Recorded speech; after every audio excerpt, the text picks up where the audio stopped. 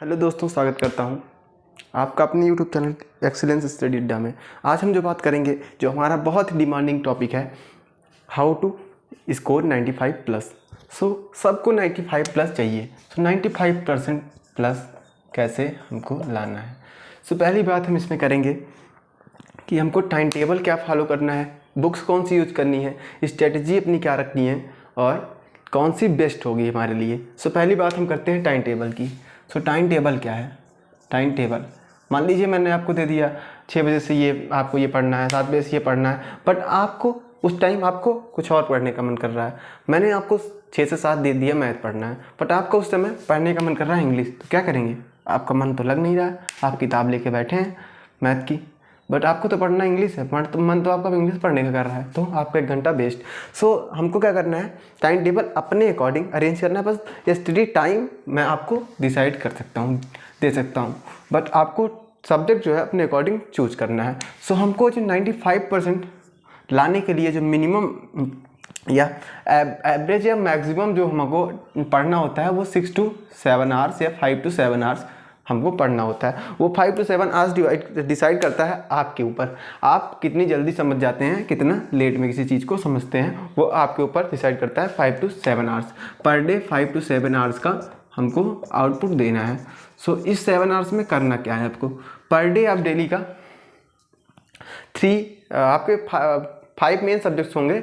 जैसे 10th में आपके 5 मेन सब्जेक्ट्स होंगे, हिंदी और इंग्लिश, SST, सोशल स्टडीज़ और मैथ्स और साइंस। ठीक है, ये आपके 5 मेन सब्जेक्ट होंगे। मान लीजिए आपके कोई ऑप्शनल्स भी हैं तो उसको देख लिया। आपको पर डे 3 सब्जेक्ट पढ़ने हैं, वो भी एटलीस्ट 1.5 आवर।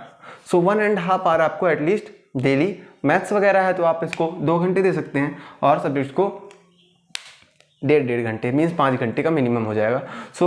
आपको ज़्यादा पढ़ाना है तो तीनों सब्जेक्ट को 2-2 घंटे आप दे सकते हैं।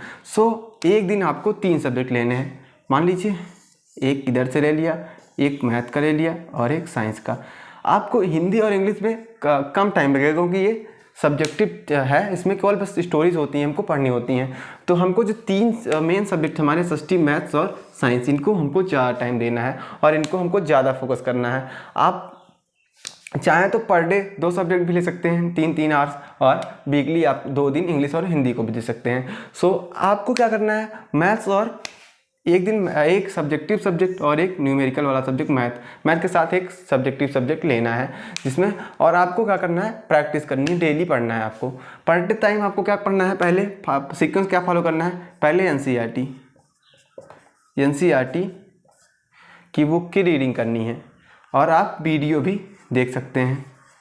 NCERT की पहले वीडियो भी देख सकते हैं, बट NCERT आपको लाइन बाय लाइन रीड करनी है और NCERT रीड करते समय आपको हाईलाइट करनी है चीज़ें, जो इंपॉर्टेंट चीज़ें लगें उसको हाईलाइट करिए और उसको आप साइड में नोट्स लिख सकते हैं। आप पेंसिल से, कलरफुल पेन से, हाईलाइटर से, जिसका भी यूज करते हैं आप उसको हाईलाइट करिए। और NCERT में जो डू यू नो और भी जो चीज़ें होती हैं, इंपॉर्टेंट चीज़ें जो साइड में लिखी होती हैं बॉक्स में, उसको ज़रूर पढ़ना है।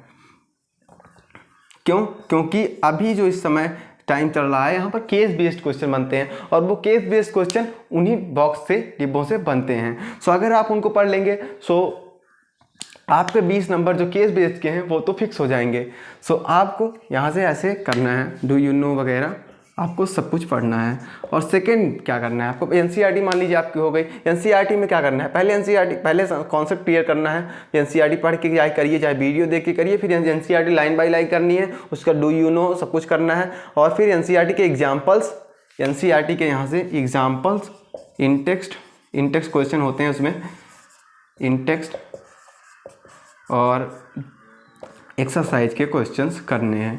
ठीक है, और इतना कर लेंगे जब आप कर लेंगे, आपको क्या करनी है, अब और भी क्वेश्चन की अगर आपको प्रैक्टिस करनी है तो आप एक्सटर्नल बुक्स फॉलो कर सकते हैं। एक्सटर्नल बुक्स में साइंस में जैसे एक्स्ट्रा बुक्स आपको बता दें, यस चांद के साथ आप कर सकते हैं, अच्छी बुक है। और भी बुक्स हैं, GRB है और भी कॉर्डोवा की बुक है, और भी कई भी बुक है। जो भी बुक यूज करें आप, सब बुक अच्छी होती है, सब में क्वेश्चन होते हैं अच्छे, और आप अच्छे क्वेश्चन प्रैक्टिस करिए। फिर बाद में आपको सैम्पल पेपर तो नवंबर दिसंबर में आ ही जाएगा, आप वहाँ से क्वेश्चन प्रैक्टिस कर सकते हैं। और सेकेंड बात करते हैं मैथ में। सो मैथ में भी आपको सेम कॉन्सेप्ट फॉलो करना है। सो मैथ के लिए आपको क्या करना है, पहले मैथ में आपको थ्योरी समझना है, यहाँ से थ्योरी मैथ की बुक से समझना है। फिर एनसीईआरटी के एग्जाम्पल सॉल्व करने हैं और एक्सरसाइज सॉल्व करनी है। एग्जाम्पल की हेल्प देख देख के, कॉन्सेप्ट समझ के आपको क्या करना है, एक्सरसाइज सॉल्व करनी है। अब एक्सरसाइज के एक एक क्वेश्चन कर लेने हैं। एक्सरसाइज की मान लीजिए आपको एक एक क्वेश्चन कर लेने हैं। फिर आपको लगता है हमको एक्स्ट्रा क्वेश्चन की प्रैक्टिस चाहिए, तो आप RD. Sharma book best book है, इसको यूज कर सकते हैं। और भी आप यूज करना चाहते हैं तो आर.एस. अग्रवाल यूज कर सकते हैं। और भी कई सारी किताबें हैं, आप किसी के साथ भी जा सकते हैं, सारी अच्छी किताबें होती हैं, सब में क्वेश्चन अच्छे हैं। और मैं अब बात करते हैं सोशल साइंस की। तो सोशल साइंस क्या होता है, हमारा थ्योरेटिकल सब्जेक्ट। सोशल साइंस में जो कुछ होता है, मैथ्स में मान लीजिए क्वेश्चन कॉन्सेप्ट आपका क्लियर है, क्वेश्चन बाहर से भी आ सकता है, बट हमको जो एसएसटी वाला पार्ट होता है, वो पार्ट जो होता है पूरा एनसीईआरटी से उसका क्वेश्चन आंसर बनता है, बुक के बीच से। तो उसको क्या करना है, आपको लाइन बाय लाइन कहाँ से कॉन्सेप्ट क्लियर करनी है, एनसीईआरटी से। तो एसएसटी में line by line reading must है, line by line reading of NCERT. ठीक है, ये करना है आपको, हाईलाइट करना है, मीन्स अंडरलाइन करना है इंपॉर्टेंट चीज़ों को आपको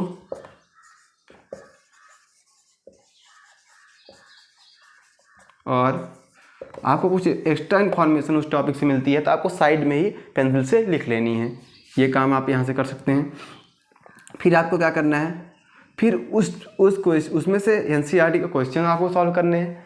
एनसीईआरटी क्वेश्चन जो होंगे कॉन्सेप्ट में होंगे, और कॉन्सेप्ट यहाँ पर जो भी होगा, कॉन्सेप्ट और क्वेश्चन जो है बुक के बीच से बनेंगे, वन वर्ड क्वेश्चन बनते हैं। सो आपको यहाँ से और एक क्वेश्चन जो इस समय नया इंप्लीमेंट हुआ है, असर्शन रीजन का, सो असर्शन रीजन की आप क्वेश्चन प्रैक्टिस कर सकते हैं। और यहाँ से आपको लाइन बाय लाइन जो है मस्त है, कॉन्सेप्ट पूरा क्लियर होना चाहिए, चीज़ें अच्छे से याद करनी हो चाहिए।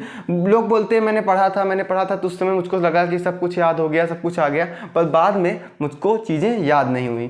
सो ऐसा क्यों होता है, क्योंकि हम रिवीजन नहीं करते। हमको टाइमली रिवीजन भी देना है। हर 15 दिन पे हमको जो चीज़ें पढ़ी है, हर एक हफ्ते या हर 15 दिन पे हमको एक बार पूरी चीज़ों को रिवाइज करना है। अगर जितना जल्दी आप रिवाइज करेंगे उतना, जितना कम टाइम पे, मतलब मान लीजिए आप एक हफ्ते के बाद आपने पहला चैप्टर मान लीजिए पढ़ा, इसका हिस्ट्री का पहला चैप्टर पढ़ा, मान लीजिए कोई भी पढ़ लिया, rise of nationalism in Europe पढ़ लिया, ठीक है, पहला चैप्टर पढ़ लिया। अब क्या किया आपने, ये पढ़ा आपने 2 दिन में, 3 दिन में आपने ख़त्म किया, ठीक है, ये चैप्टर। अब आपको क्या हुआ, 3 दिन में आपने ये चैप्टर ख़त्म किया। अब 3 तारीख को आपने समझ लिए, 1 तारीख से स्टार्ट किया था, 3 तारीख को, अब आप रिवाइज नहीं कर रहे हैं। अब आपका पेपर आया अगले महीने के 10 तारीख को, आप फिर चाह रहे हैं मुझको तो ये चैप्टर याद ही नहीं हुआ, इसमें क्या है, ये क्वेश्चन उठाया आपने, मुझको कुछ आ नहीं रहा। ऐसा क्यों हो रहा है, क्योंकि आपने 1 महीने चीज़ें रिवाइज नहीं की, और आपको एक फॉरगेटिंग का कर्व होता है, कुछ टाइम के बाद आप चीज़ें भूलते जाते हैं। सो उस टाइम पे हमको क्या करना है, मैक्सिमम आप 15 दिन के अंदर या मिनिमम 1 हफ्ते के अंदर एक बार पूरे को रिवाइज कर लीजिए। अगर मान लीजिए आपको इसको पढ़ने में 6 घंटे लगे हैं तो रिवाइज करने में मुश्किल से 1 घंटे आपको लगेंगे। 1 घंटे के अंदर आप पूरा कॉन्सेप्ट रिवाइज कर जाएंगे अगर 1 हफ्ते में करेंगे। अगर आप वही चीज़ 15 दिन में करते हैं तो आपको पूरा रिवाइज करने के लिए फिर से डीप जाना पड़ेगा, तो इसके लिए आपको अराउंड 3 आवर्स लग जाएंगे। सो जितना लेट आप रिवाइज करेंगे उतना टाइम बढ़ता जाएगा, और आप 1 महीने के बाद रिवाइज करेंगे तो पूरा चैप्टर आपको फिर से पढ़ना पड़ेगा और आपको पूरे 6 घंटे फिर से देने पड़ेंगे, ठीक है। इसलिए हमको चीज़ें रिवाइज करके रखनी है। और देखिए ये 2 सब्जेक्ट हो गए। हमको साइंस में कैसे करना है, तो साइंस में भी सेम फंडा है। आपको पहले एनसीईआरटी साइंस का तो मैंने बता ही दिया, मैथ का भी बता दिया, और यहाँ से एसएसटी का भी बता दिया। अब इंग्लिश हिंदी में तो आपको क्वेश्चन किताब से ही बनने हैं, कहानी अच्छे से पढ़नी है। स्टोरी जो है इंग्लिश और हिंदी में क्या करना है, स्टोरी की रीडिंग जो है अच्छे से करनी है।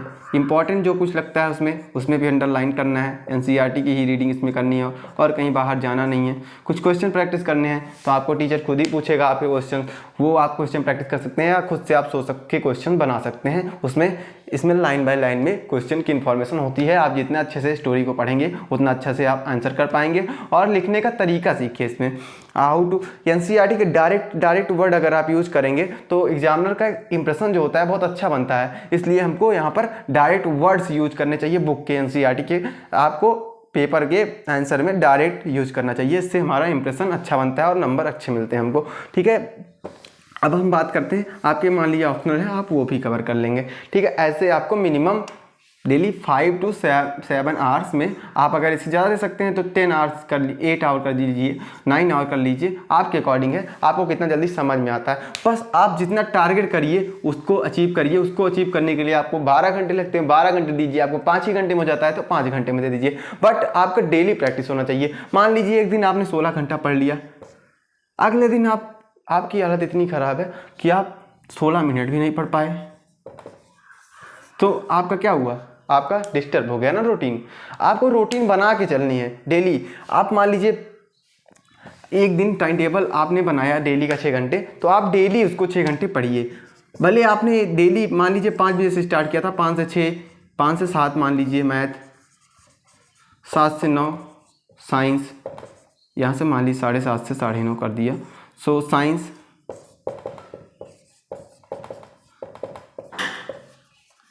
सो मान लीजिए, ठीक है। बट क्या हुआ, इस टाइम आपके यहाँ कोई मान लीजिए आ गया, उस टाइम को आप पढ़ नहीं पाए, सो आप क्या करेंगे, आप तो डिस्टर्ब हो गए। ये टाइम आपका 1.5 घंटे 2 घंटे चला गया।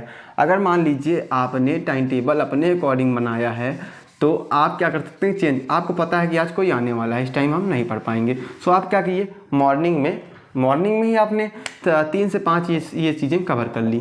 सो इससे क्या हुआ, आपका कवर भी हो गया और आपको कोई डिस्टर्बेंस भी नहीं हुई। ठीक है, ये हुआ। अब हम बात करते हैं जो हमारा टॉपिक है सबसे लास्ट, कि कैसे हम क्या चीज़ें अवॉइड करें। मान लीजिए मैथ्स आपने उठाया, मैथ्स आपने किया, अब हमको मैथ्स में क्या अवॉइड करना है, क्या चीज़ें नहीं करनी है। कोई मान लीजिए हमने आधा ही कॉन्सेप्ट अभी पढ़ा था, किसी एक अच्छी बुक का क्वेश्चंस लेके आया, बोला ये सॉल्व करो, हम तो उस पर डायरेक्ट कूद गए और हमको लगा कि हम ये क्वेश्चन कर नहीं पा रहे हैं। और हमने एनसीईआरटी तो पढ़ा नहीं है, मैंने डायरेक्ट कोई किताब ली, उसमें से हार्ड क्वेश्चन उठाए। मेरे फ्रेंड ने क्वेश्चन दिया वो डिस्टर्ब करने के लिए मुझको कि ये क्वेश्चन तुम करो, हम उस पर चले गए। मुझको तो लगा मुझे कुछ समझ भी नहीं आ रहा, इससे क्या हुआ, हमारा मोरल डाउन हुआ। हमको क्या करना है, हमको स्टेप बाय स्टेप जाना है चीज़ों को। पहले हमको इजी वाले क्वेश्चंस करने हैं, एग्जाम्पल्स करने हैं, एनसीईआरटी के क्वेश्चन करने हैं, एग्जाम्पल्स और इजी क्वेश्चंस हमको करने हैं, और फिर उसके बाद हमको हार्ड टू हार्ड क्वेश्चन जाने हैं। और मान लीजिए क्लास 10th में एग्जाम्पल और मैथ के जो ऑप्शनल एक्सरसाइज है उससे क्वेश्चन आप करके देखिएगा। जिस भी चैप्टर में ऑप्शनल एक्सरसाइज होगी उसको बिना हिंट के, बिना मदद के आप टीचर के आप नहीं कर पाएंगे। क्यों नहीं कर पाएंगे, उसमें जो थिंकिंग पावर है ना वो अलग लेवल की है, उसमें क्वेश्चन में थिंकिंग पावर अलग लेवल की है। कुछ क्वेश्चंस आप नहीं कर पाएंगे उसमें से जब तक आपको हिंट ना किया जाए, ना बताया गया। इसीलिए हमको क्या करना है, पहले बेसिक सीखना है। अगर एक बार हम सीख लेंगे फिर उस टाइप के कोई भी क्वेश्चन कर जाएंगे, बट हमको पहले ही किसी हार्ड क्वेश्चन को नहीं हिट करना है, इससे हमको बचना है। और दूसरा चीज़ हमको क्या अवॉइड करना है, ये टाइम टेबल जो मैंने बताया दूसरे का टाइम टेबल फॉलो नहीं करना है, उससे हमको अवॉइड करना है। अपने अकॉर्डिंग टाइम टेबल बनाना है। आप चाहें तो डेली का टाइम टेबल आप शाम को बना सकते हैं। आपको शाम को पता होता है कल हमको कहीं जाना है या नहीं जाना है, क्या करना है। सो आप क्या कर सकते हैं, आप कल का जो टाइम स्लॉट है उसमें जो आपका 5 घंटे 6 घंटे फ्री है उस टाइम आप अरेंज कर सकते हैं। तो उस टाइम आपको केवल स्टडी पे ध्यान देना है और टाइम जो करना मन करे वो करे। और अपने अकॉर्डिंग मान लीजिए 5 से 7 ये साइंस वगैरह लिख लिया, मान लीजिए उस टाइम मेरा पढ़ने का मन नहीं है, तो मान लीजिए आपको मैथ का है, आपने 5 से 7 मैथ रखा है बट आपका पढ़ने का मन नहीं है, सो आप क्या कर सकते हैं, आपका हिंदी पढ़ने का मन है, आपने हिंदी उठाई 5 से 6 पढ़ा, आपको अच्छा लग गया, अब आपका मैथ पढ़ने का मन कर रहा है, आप 6 से 7 कर लीजिए मैथ। अगर आप यहीं पे मैथ लेकर बैठे ही रह जाते तो आपको क्या होता, आपका 1 घंटे वेस्ट भी होता है और आपका मन भी ना लगता और आपका टाइम खराब हो जाता। आपको तो लगता मैं तो किताब लेके बैठा था, मैं तो पढ़ा, बट आपको आउटपुट क्या आया, 0। तो इसके लिए इससे हमको अब बचना है। तो आज के वीडियो में बस इतना ही, और मिलते हैं नेक्स्ट वीडियो में। Till then keep watching, keep supporting, like the video and subscribe the channel. Thanks for watching. मिलते हैं अगले वीडियो में एक नए टॉपिक के साथ।